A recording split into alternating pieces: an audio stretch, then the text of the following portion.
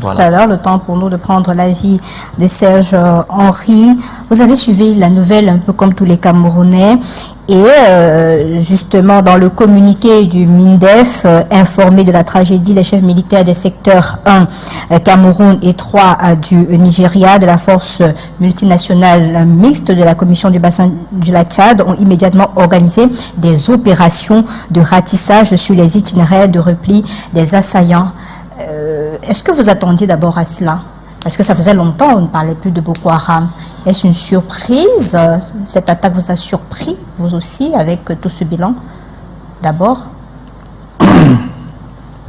Madame Piéjou, vous savez,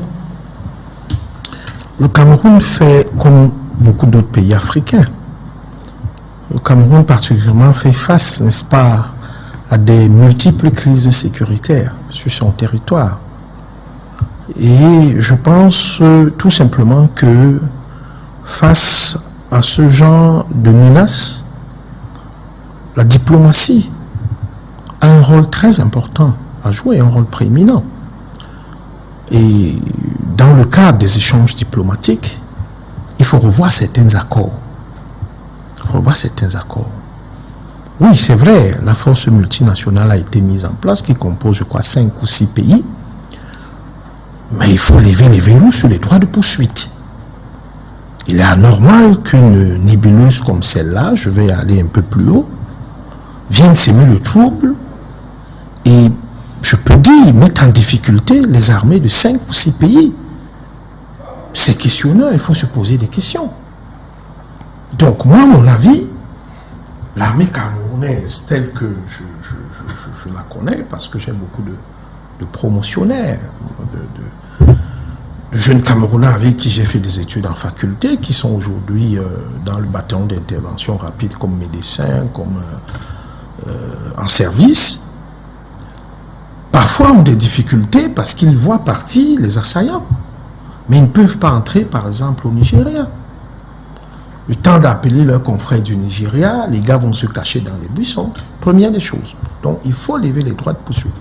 Il faut que le Cameroun puisse, même spontanément, entrer sur les territoires nigérians, tchadiens, centrafricains, même de 60 km, et pouvoir replier.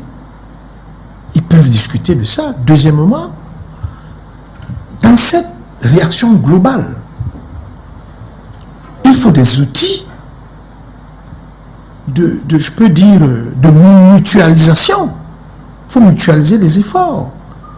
Parce que le Tchad se plaignait à un moment donné que la location des satellites ou des drones français pour leur donner certaines informations leur coûtait trop cher quand ils avaient des assaillants du côté du Darfour.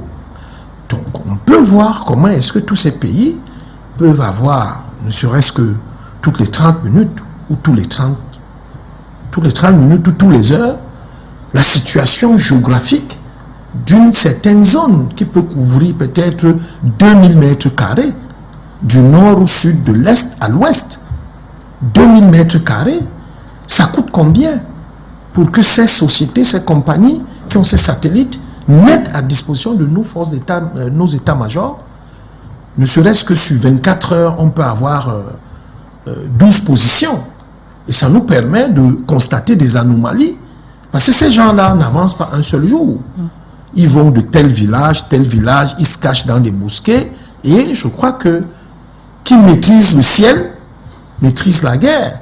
Donc, pour ma part, je pense que nous sommes dans une situation de guerre asymétrique.